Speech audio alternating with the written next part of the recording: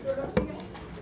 Entonces, ¿qué es lo que tienen que tener en cuenta? Que cuando nosotros estamos en nefrología, no vamos a tener lamentablemente la clínica para orientarnos a algún tipo de enfermedad. Es decir, cuando nosotros hablamos más que todo de enfermedades nefrológicas, más que todo son laboratoriales, ¿ya?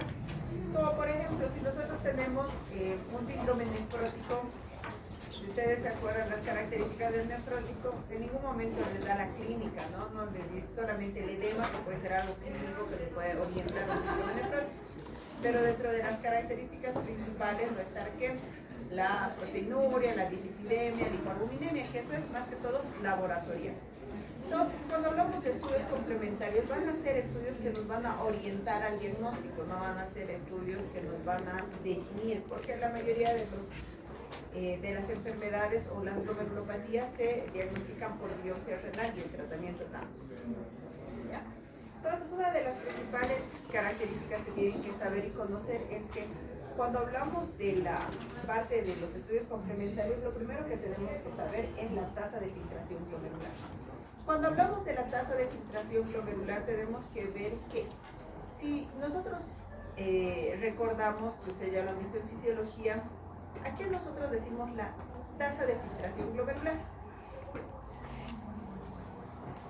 ¿Y cuánto es lo normal?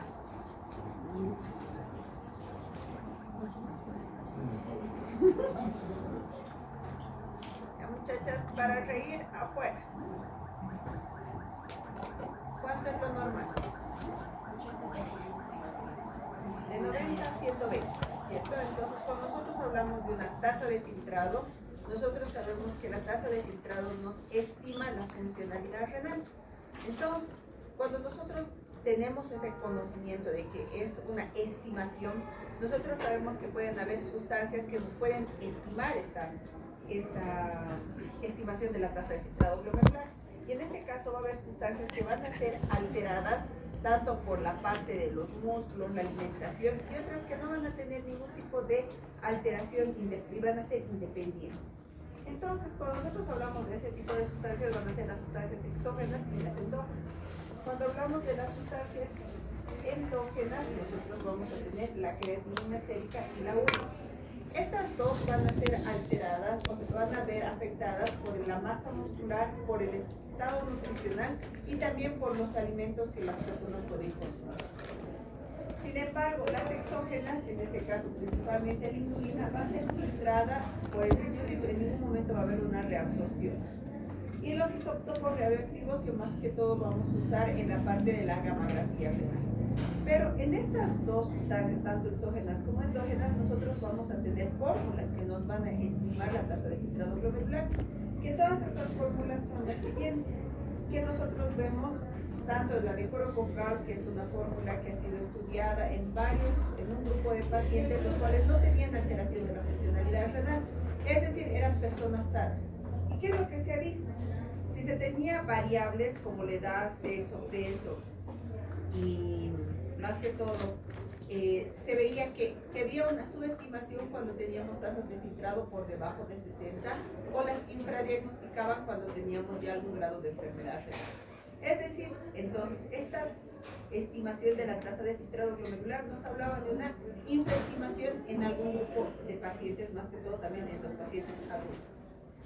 Posteriormente se ha visto la MDR4, que ha sido un estudio realizado en pacientes que tenían ya algún grado de proteinuria, es decir, algún grado de enfermedad renal.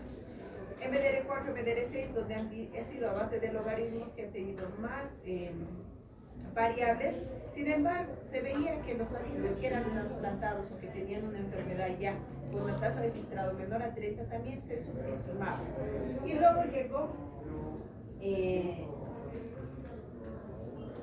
bueno, aquí tienen una comparación, que es lo que les decía, la de Coro-Cocal y la MDR4, MDR6, donde veían, ¿no?, que en algunos casos se subestima, infraestima, y en algunos pacientes no tienen una adecuada estimación de la tasa de filtrado glomerular. Sin embargo, cuando nosotros tenemos estos problemas en este grupo de pacientes que son obesos, o son desnutridos, o son extremos de la vida, son pacientes que tienen algún tipo de ablación, son mujeres embarazadas, o necesitamos la estimación tal vez más asemejada, pero tenemos algún tipo de factor externo, nosotros usamos ¿qué? El aclaramiento de creatinina de 24 horas. Cuando nosotros usamos el aclaramiento de creatinina de 24 horas, va a ser que el aclaramiento urinario, es decir, se va a calcular la creatinina en la orina y nosotros vamos a ver que una estimación tal vez un poquito más específica en relación de una creatinina sacando la fórmula en comparación de los otros. Y como les decía, ¿no? Es en casos especiales que se va a pedir el aclaramiento de la creatinina de 24 horas, no se va a pedir en todos los pacientes. Entonces acá tienen los grupos o las personas en las cuales se van a pedir, que ya lo habíamos mencionado, ¿no? También nos faltaba en los pacientes que tengan algún tipo de cardiopatía, o sea, insuficiencia cardíaca, o en los que tengan ascitis. También en los pacientes que tengan algún tipo de ablación, porque si nosotros hablamos que la creatinina va a estar asociada a lo que es la masa muscular, tenemos que tener en cuenta que si hay un paciente con una ablación, no tenemos la superficie corporal igual. Entonces también en esos casos podemos usar la parte de la estimación de la tasa de filtrado glomerular. Pero en este caso, como un estudio complementario, como así se lo diría, nosotros ¿qué vemos acá? La función glomerular, ¿no es cierto? Porque estamos viendo la estimación de la tasa de filtrado. Pero también nosotros tenemos otras pruebas que nos van a dar cómo está funcionando a nivel tubular. Y en este caso nosotros tenemos que recordar que a nivel del túbulo proximal se hace la mayor cantidad de reabsorción de agua y solutos, ¿no es cierto? Entonces tenemos casi el 70% de la reabsorción de agua solutos, principalmente electrolitos. En este caso, cuando nosotros hablamos de las pruebas de función tubular, no nos olvidemos que el sodio es un electrolito que va a tener una mayor reabsorción. Entonces, cuando yo tengo una falla renal aguda, ¿qué es lo que primero quiero ver? Si esta falla renal es de origen prerrenal, renal o posrenal. Y para eso nosotros pedimos el sodio urinario, que me da una orientación. Ahora, esto nos dicen los libros, ¿no es cierto? Pero hay artículos de revisión y artículos actuales que te dicen que el sodio urinario y el pena, para lo único que te sirven es para ver si hay necrosis. Pero nosotros todavía tenemos en los libros que son años y años y años, revisiones que se ha hecho, que te dicen que cuando tengas un sodio urinario por debajo de 20, tú hablas de una falla renal de origen prerrenal. Si tienes un sodio urinario mayor de 20, entonces hablas de una falla renal de origen renal. Pero como les digo, no, hay varios artículos y estudios que te dicen que lo único que te va a decir es si hay necrosis. No es tan sensible o específica para las fallas renales de origen prerrenal. Pero ahí vemos, nosotros seguimos que todavía nos mantiene.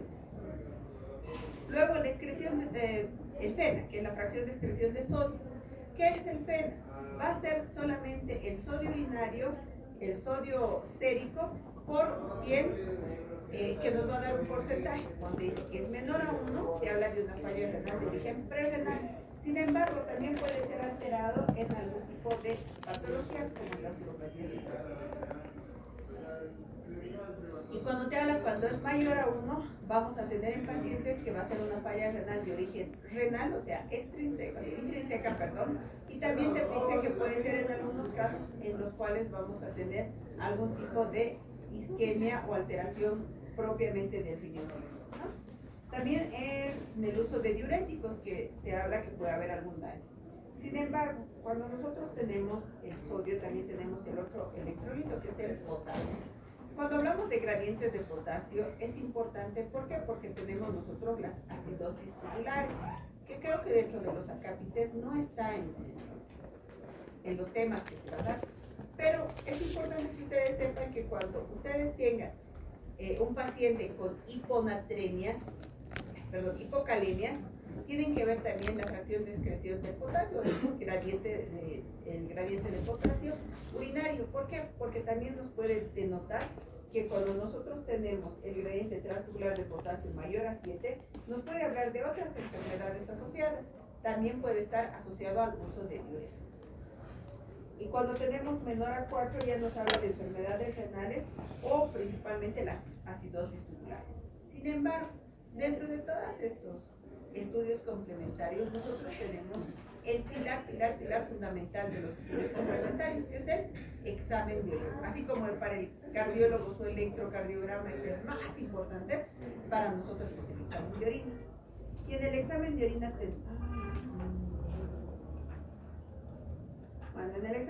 tenemos nosotros tres características, ¿no? La parte física, la parte química y el sedimento urinario. Cuando nosotros hablamos de la parte física es bien subjetiva, ¿no? Porque yo veo y digo, esta orina parece estar medio turbia, o un poquito turbia, o muy turbia, pero es mi subjetividad, o sea, lo que yo creo. Sus compañeros no van a creer lo mismo de lo que yo creo, entonces es algo subjetivo. Sin embargo, cuando nosotros vemos la parte física, también vamos a ver las características en el color, que eso es algo importante.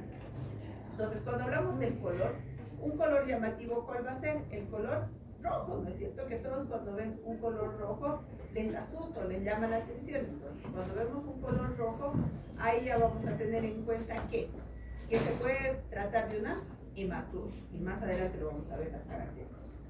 Sin embargo, tenemos en la parte del aspecto químico, el pH, vamos a tener la parte de glucosa, la parte de proteínas, albúmina, vamos a tener el urobilinógeno, también vamos a tener las características en el sedimento urinario, los eritrocitos, cristales, hematíes y demás. Entonces, lo que vamos a ver ahora van a ser la parte de los leucocitos. Cuando hablamos de los leucocitos, tenemos que tener en cuenta que cuando hablamos de los leucocitos, nosotros sabemos que los leucocitos en orina nos hablan más que todo de un proceso infeccioso, ¿no es cierto? Entonces yo veo leucocitos y lo primero que me viene es infección. Entonces yo le hago un cultivo, pero el cultivo me sale negativo. Entonces mi paciente sigue teniendo leucocitos. ¿Cuáles serán las otras causas de leucocitos en orina?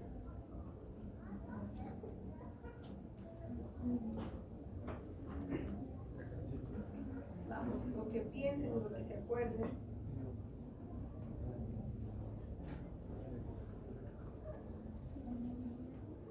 Entonces pueden ser enfermedades glomerulares, ¿no es cierto? Entonces, ustedes cuando han pasado reumatología y veían el SLEDAI o datos de actividad renal, ¿cuáles eran los datos de actividad renal que veían en el SLEDAI? O en el SLIC, ¿o no? Los que han pasado por el pabellón, por el hospital de clínicas, por reumatología, cualquiera que se tropiece ha tenido que hacer el SLEDAI con un paciente loco. O que ha pasado con el doctor Montero o el doctor Troche, terrible. Entonces, cuando les habla de una enfermedad glomerular, principalmente la nefritis lúpica, ¿qué te dice cuando hay datos de actividad? Te dice sedimento activo, leucocituria con un cultivo negativo. Te dice hematuria, albuminuria, alteración de la funcionalidad renal e hipertensión. Pero ¿qué es lo que a nosotros nos importa? La leucocituria. Entonces, dentro de las otras causas de leucocituria que no son infección, están las enfermedades glomerulares. Luego nosotros tenemos, como son leucocitos, es por una degradación, ¿no es cierto?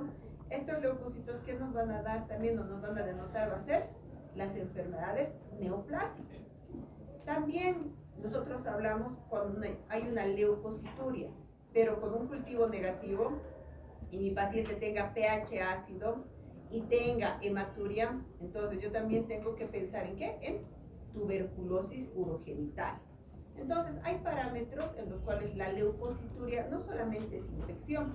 Y por último, si fuera un paciente trasplantado que tenga leucocitosis o leucocituria, perdón, también pueden pensar en rechazo. Entonces, la próxima vez que ustedes vean un examen de orina con leucocitos, no solamente van a decir, es infección urinaria, sino van a decir, veremos el cultivo es positivo, es secundario algún germen que está produciendo. Si no, entonces ustedes tienen que descartar una enfermedad inmunológica, neoplasias, tuberculosis o rechazo en el caso de trasplante. Entonces, cuando nosotros vemos los leucocitos, se los ven así.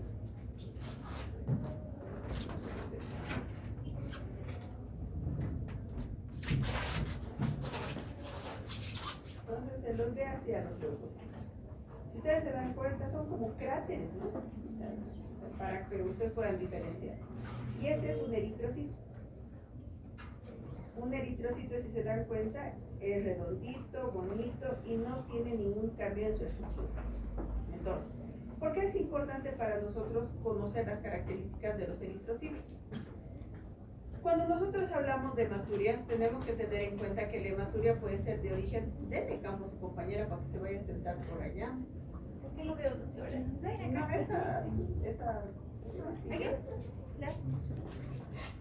Entonces, cuando hablamos nosotros de hematuria, tenemos que diferenciar de dónde viene esta sangre, ¿no es cierto? O sea, yo veo sangre y van a decir, es enfermedad renal crónica, lo biopsiaremos. Y había sido una hematuria que no es causa glomerular. Entonces, por eso es importante que cuando ustedes tengan una hematuria o vean sangre en la orina o en la parte química les diga sangre positiva y en el sedimento urinario les reporten eritrocitos por más de 3 por campo, digan, es hematuria, pero ¿de dónde viene? Entonces yo tengo que diferenciar que la hematuria viene de vía urinaria o de origen glomerular. ¿Cómo la voy a diferenciar? Solamente es por microscopía. Hay el test de Curión, que es de primera, es al inicio de la orina, segunda o tercera, que te dice vía urinaria baja, alta o media. Entonces, esos semiológicamente tal vez antes nos podían ayudar, pero hay mucha, como les diría, no es tanta sensibilidad que se tiene. Pero lo que es objetivo es esto, es ver que a microscopía ustedes ven eritrocitos bonitos, redonditos, que no tengan ningún tipo de alteración. Entonces, esto me habla de una hematuria de origen de biurinario. Entonces yo diré, ¿cómo es la biurinaria? Para que nunca se olviden, ¿no? ¿Cómo es? Es un cilindro, porque la biurinaria, la uretra es como una manguera, ¿no? Y el uréter es igual como otra manguera, más pequeña, menor diámetro. Entonces, si ustedes ven, es un cilindro. Entonces, imagínense que este glóbulo rojo pasa por ese cilindro. Entonces, ¿cómo va a salir? Igualito, ¿no es cierto? Igualito de redondito y bonito. Ahora, cuando han visto histología, ¿cómo era el glomérulo? Es rugoso, ¿no es cierto? Es como que les puedo decir, como un pulpo. Tampoco no tanto, ¿no? Pero ya, digamos que es como cuando ustedes conocían el ácido, tal vez sus hermanos mayores, ¿no? Entonces cuando botan y es una estructura que se va, tiene varios, apoyaciones y demás. Entonces el glomérulo está alterada su estructura, no es redondito, ¿no es cierto? Entonces cuando ustedes ven una morfología de glóbulos rojos, ustedes ven que estos son de vía urinaria, porque están bonitos y demás. Pero ¿qué es lo que pasa cuando vemos una hematuria de origen dismórfica? Que los que saben prácticas han leído que dice como Mickey Mouse, y es literal, es tal cual. Estos son los hematíes dismórficos.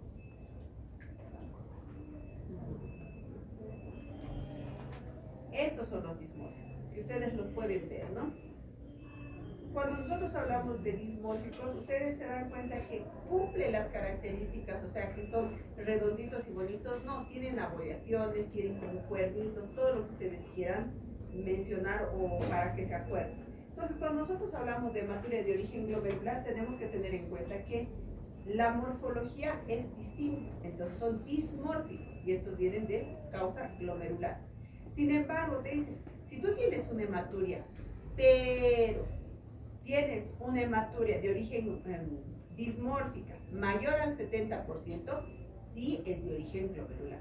Si tú tienes acantocitos mayor al 7%, sí es de origen glomerular.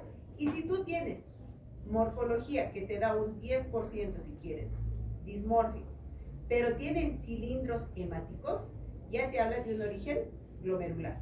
Entonces, cuando nosotros hablamos de dismorfismo o de glomerulopatía de origen glomerular, no solamente había sido buscar dismórficos, ¿no? Sino ver un porcentaje. Y si aún tenemos un porcentaje bajo y tenemos acantocitos, que son como los, ¿qué se llama? No puedo explicar.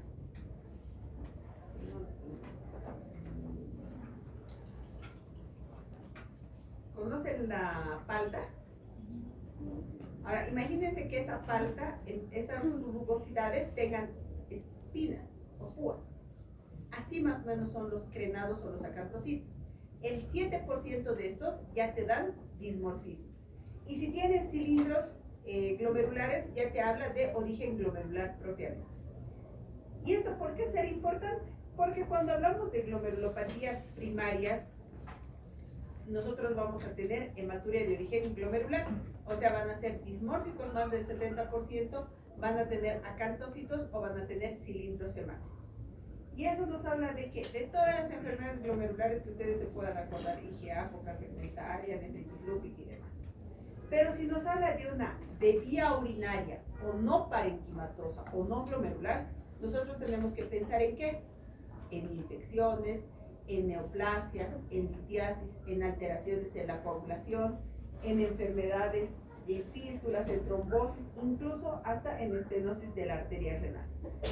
¿Por qué es importante? Porque, como les decía, ¿no? Viene un paciente con hematuria, falla renal, y lo primero que se les viene es biopsiar, y la hematuria era de origen de vía urinaria, y su falla renal era por un cáncer de próstata.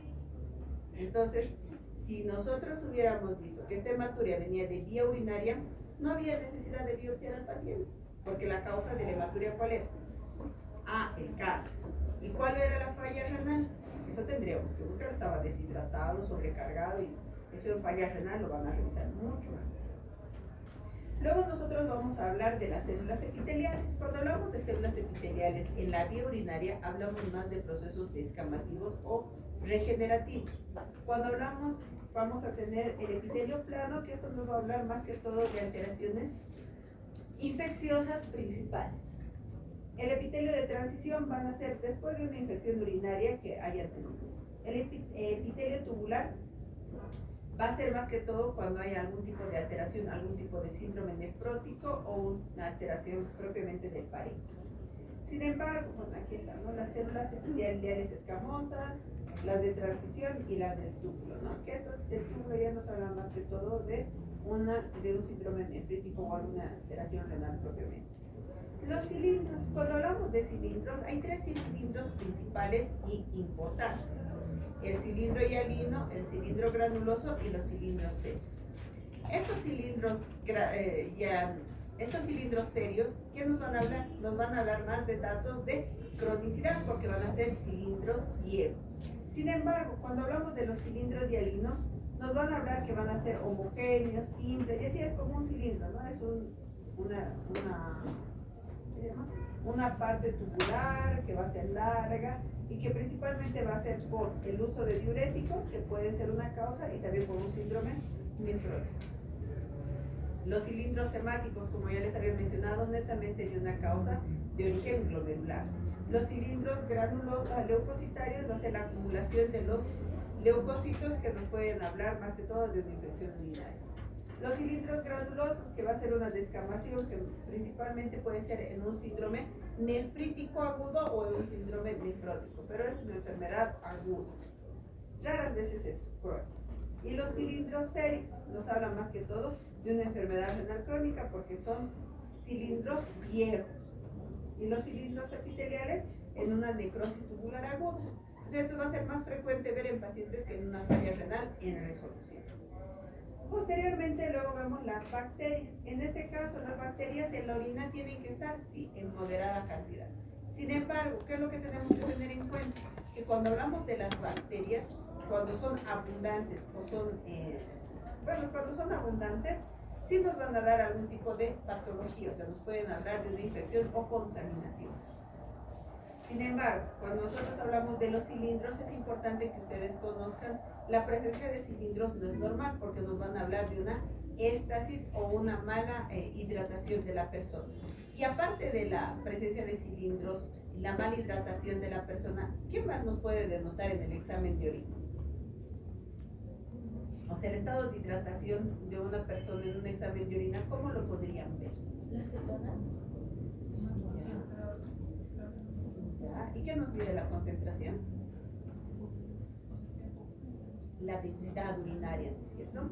Entonces, la densidad urinaria nos va a hablar de estado de hidratación. Entonces, ustedes le dirán a su paciente, ¿toma agua? Le va a decir, sí. Entonces, también es importante el cómo, ¿no es cierto? Porque ahorita ya ninguno los veo con un bebedero, ni con una botellita, ni nada de agua. Entonces, ¿cuántas horas desde que han empezado prácticas hasta ahorita deben de estar sin tomar agua? Y muchos de ustedes tal vez hablando, parados, deshidratándose. Entonces, si desde que han empezado 8 de la mañana hasta la 1 no tomamos agua, estamos hablando casi de 5 horas de deshidratación. Entonces, en ese caso, si yo voy a salir ahorita y me voy a tomar 1 litro de agua y llego a mi casa a las 10 de la noche, tomo otro litro de agua, estoy tomando 2 litros de agua al día. Es lo correcto, ¿no es cierto? Entonces, si alguien me pregunta, ¿tomas 2 litros de agua? Le diré, sí, tomo 2 litros de agua. Pero, ¿estará bien distribuida esta ingesta de agua? Evidentemente no. Entonces, ¿qué es lo que yo le hago a mi riñoncito? Lo deshidrato y luego ¿qué hago? Lo estimulo para que tome harta agua y filtre. Y en esos periodos, ¿ustedes no creen que estaré produciendo algún tipo de alteración o daño? Evidentemente sí. Entonces, la densidad también es importante, la hidratación también es importante en evitar que se formen estas piedritas, nuestros cristales.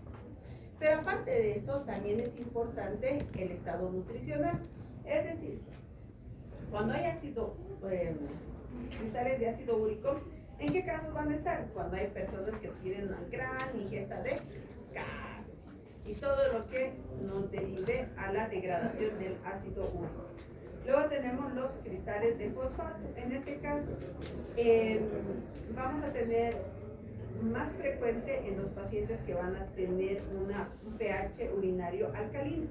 Entonces, ¿qué es lo que tenemos que tener en cuenta? Que en estos pueden encontrarse, o pueden ayudarnos en usar, digamos, cítricos, ¿no? O sea, ¿qué se diría? Jugo de naranja, limón. El oxalato de calcio, si bien es una de las principales causas de litiasis a nivel de la bibliografía que dicen, ¿qué es lo que tenemos que tener en cuenta? Que si bien el pH ácido igual va a ser importante en este tipo de pacientes, pero ¿cómo podemos alcalinizar el pH de la orina?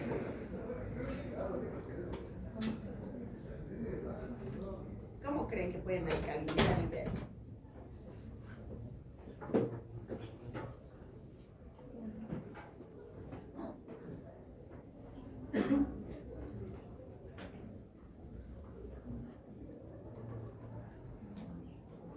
¿Cómo alcalinizan o cómo aumentan el pH en la parte sistémica, o sea, la sangre? Exacto. O sea, en la orina lo mismo, toman bicarbonato bioral, bicarbonato de cocina o hay un omeprazol más bicarbonato, lo que ustedes quieran. Entonces, eso nos puede ayudar a prevenir las piedritas de oxalato de calcio. Luego vamos a tener los cristales de fosfato, de triple fosfato, que son los menos frecuentes. Sin embargo, en este caso tenemos que tener en cuenta que los cristales que nos van a tener mayor repercusión van a ser los de estruvita, porque estos van a estar asociados más frecuente a infecciones urinarias. En este caso, cuando nosotros hablamos de litiasis, antiguamente, ¿qué es lo que se hacía? Eran solamente encuentros casuales, ¿no es cierto? En una radiografía, en una placa SIM. Sin embargo, cuando nosotros vemos, tenemos que tener en cuenta que en la radiografía, para nosotros es un hallazgo casual la presencia de litos. Pero, ¿en qué casos nos sirve todavía la radiografía? En las presencias de urografías anterógradas y retrógradas, más que todo para ver si no hay algún tipo de alteración o doble sistema pielocalicial o algún tipo de alteración en reflujo, que esto lo hace urología, pero a nosotros nos sirve. La ecografía renal, ¿para qué es importante o qué características tiene? La ecografía renal, ¿qué nos muestra? Solamente la estructura, no nos da funcionalidad, solamente nos muestra la estructura, las dimensiones del riñón, las dimensiones del parénquima. En este caso, cuando nosotros vemos este riñoncito, yo veo la parte blanca y la partecita negra, ¿no? Entonces veo la médula y veo la corteza. Cuando yo veo la relación entre médula y corteza, yo digo, hay una buena relación córtico-medular. O sea, es un riñón sano. Pero, cuando nosotros vemos en este caso, ¿qué es lo que yo veo? La médula está como dilatada, ¿no es cierto? Y como veo la corteza un poco disminuida de tamaño. Entonces, en este caso, yo no tengo la certeza de que sean estas masas, tumores o qué. Entonces, cuando yo veo esta presencia de alteraciones o una hidronefrosis, puedo pensar que es una hidronefrosis o una enfermedad quística. Y en este caso, porque acá en esta imagen y en esta, ustedes ven, ¿no?, diferentes cortes o diferentes imágenes, y en esta les haría dudar si se trata de una enfermedad quística o una enfermedad poliquística. Ahora, ¿cuál es la diferencia de la enfermedad poliquística y de los quistes simples y de la hidronefrosis? ¿Cuál creen?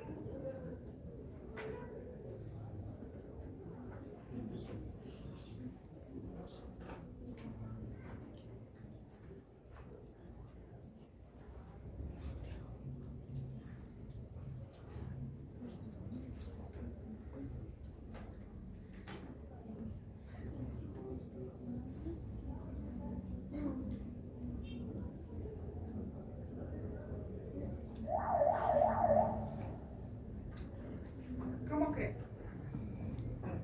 Entonces, cuando es una enfermedad poliquística, siempre son enfermedades genéticas autosómicas dominantes. Entonces, raramente van a tener solamente quistes en el riñón, en ambos riñones. También van a tener en la parte del hígado. Entonces, si ustedes ven una hidronefrosis, o sea, un riñón hinchado, o sea, con estas características solamente de un riñón, digamos, izquierdo, difícilmente una enfermedad genética va a tener en un solo riñón. Entonces les hace dudar, ¿no es cierto? O en el caso de que sea tal vez una hidronefrosis, ya en ese caso tendrían que sospechar qué es. O es una obstrucción de un solo riñón, o es una obstrucción baja, que puede ser próstata o un cáncer. Entonces, la hidronefrosis o la dilatación de las vías urinarias, o imágenes quísticas o imágenes que sean noduladas, ¿qué nos hace pensar? O sea, ¿qué nos hace solicitar? Es una tomografía para poder ver dónde está. Porque no se olviden que ¿qué es lo que vemos en la ecografía? Solo veo el riñón.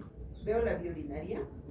No, pero algunas veces he visto que piden ecografía de vías urinarias.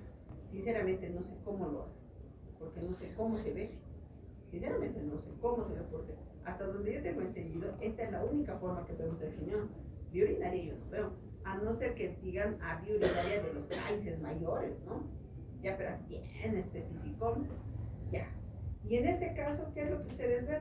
Ah, y es una enfermedad renal, ¿no es cierto? Porque ellos no ven la diferencia ni de la corteza ni de la estructura. Entonces, la tomografía, ¿en qué caso nosotros pedimos? Para ver la estructura y también para ver la vía urinaria. Cuando nosotros vemos las vías urinarias, como pueden ver acá, nosotros vemos que un lito enclavado en el polo inferior, y ustedes que ven acá ya no ven la vía urinaria como en este. Si se dan cuenta, esta delgadita.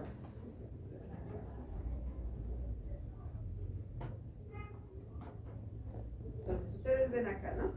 Vía urinaria la ven.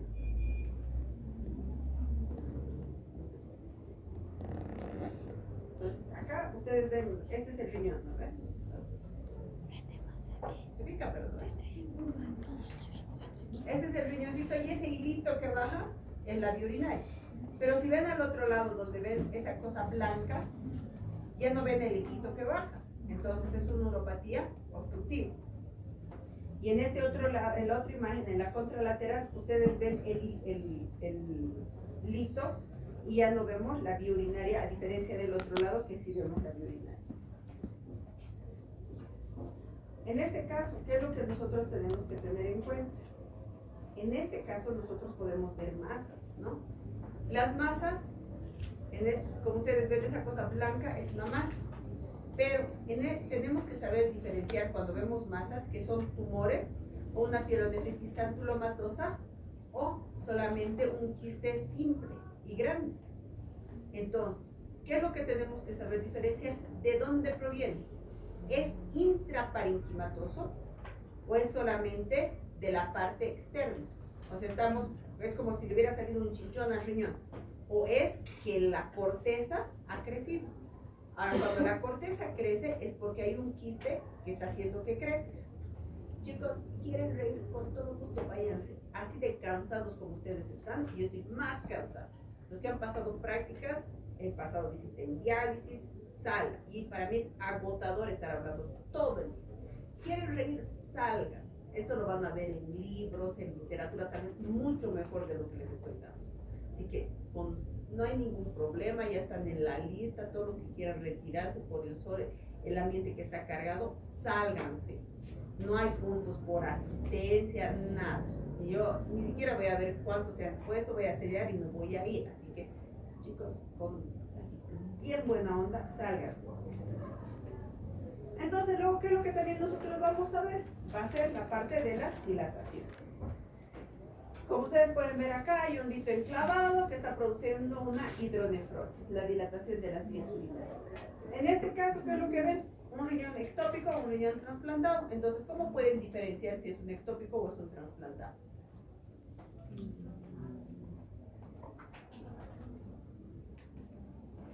Porque el riñón ectópico, en este caso, como les diría, tiene de las mismas características, ¿no? La vía urinaria está, que se llama la vía urinaria, está la vascularización. Pero si fuera un riñón trasplantado, aquí tendríamos el otro riñón, porque no se lo va a sacar el riñón para trasplante, ¿no es cierto? Porque se pone en la fosa ilíaca. Entonces este es un riñón ectópico.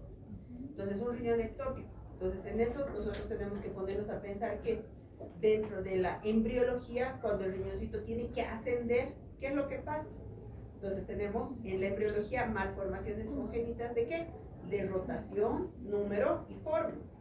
Entonces cuando hablamos de número, ¿hay un único riñón o hay muchos riñones? Cuando hablamos del ascenso, que pueden ascender o más arriba, estar en la cavidad torácica, o estar muy abajo, o quedarse en la mitad. Entonces, ¿cuáles van a ser las complicaciones en este grupo de pacientes? ¿Cuáles creen? Infecciones urinarias. ¿Por qué? Porque la vía urinaria va a ser más corta. Entonces, ¿qué es lo que van a hacer? La rotación va a ser alta y van a producir ectasis. Luego, ¿qué es lo que tenemos que tener en cuenta? En que en la gamografía renal tenemos dos estudios, tanto la dinámica y la estática. Estos dos estudios nos van a hablar de la funcionalidad renal, principalmente la dinámica. El estudio estático nos va a hablar solamente en el caso de uropatías obstructivas. Y en este caso, en la gamografía renal tenemos dos marcajes. Un marcaje con captopril, que nos va a hablar de una enfermedad renovascular, y un marcaje con furosemida, que nos va a hablar más que todo, o nos va a diferenciar en uropatías obstructivas.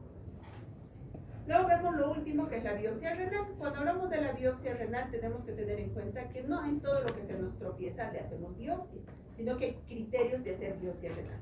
En este caso, cuando hay alteraciones del sedimento urinario, leucocitos, eritrocitos, albuminuria, proteinuria. Cuando tenemos un síndrome nefrótico que no tengamos causa aparente, un síndrome nefrítico sin causa aparente o una alteración de la funcionalidad renal sin causa aparente o una hematuria de origen dismórfico. En este caso, en los cólicos nefríticos o en la insuficiencia renal, ¿en qué casos vamos a pedir estos estudios? Principalmente cuando hay algún tipo de alteraciones o antecedentes de enfermedad.